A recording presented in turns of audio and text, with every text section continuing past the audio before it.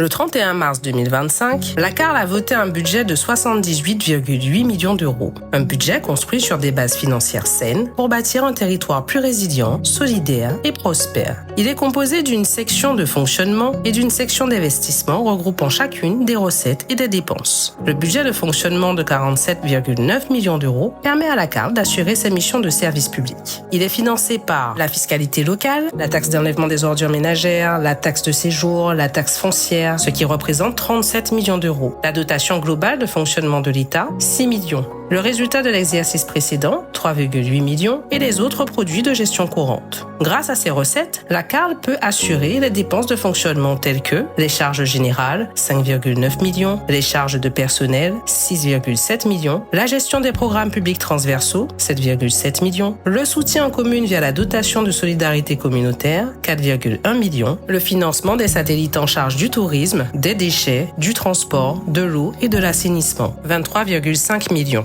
Ainsi, sur 100 euros dépensés, 9 euros sont reversés aux communes, 7 euros au développement économique et à la promotion touristique, 3 euros à la gestion de l'eau et de l'assainissement, 7 euros à l'action sociale, à la culture et au sport, 46 euros à la préservation de l'environnement et à la gestion des déchets, 12 euros aux charges générales et 14 euros aux charges personnelles. Le budget d'investissement permet, lui, d'aménager le territoire et de financer des projets d'intérêt général. Sur les 30,9 millions d'euros de budget, un tiers est consacré à la réfection des routes d'intérêt communautaire en comaîtrise avec les communes. C'est une volonté forte de cette mandature. 14,4 millions sont destinés aux opérations pluriannuelles telles que la Maison de l'Emploi et de l'Insertion à Sainte-Anne, le complexe de tennis ATP au Gosier, la transformation du centre météorologique en un espace économique et muséal à la Désirade, la création d'espaces de coworking à Saint-François. Le solde du budget se répartit entre les restes à réaliser de l'exercice 2024, 6,3 millions, et des opérations sur titre, 2 millions.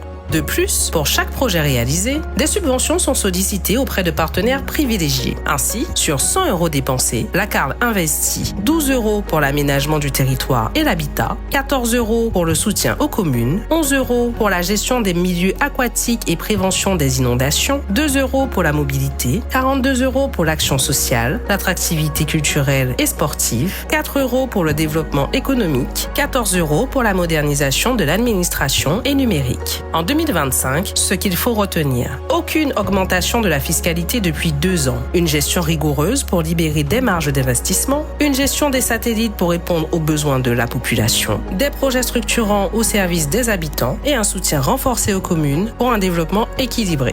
La CARL 2025, c'est une vision claire pour un territoire levantin de transition et de résilience et des projets financés pour l'amélioration continue du cadre de vie communautaire.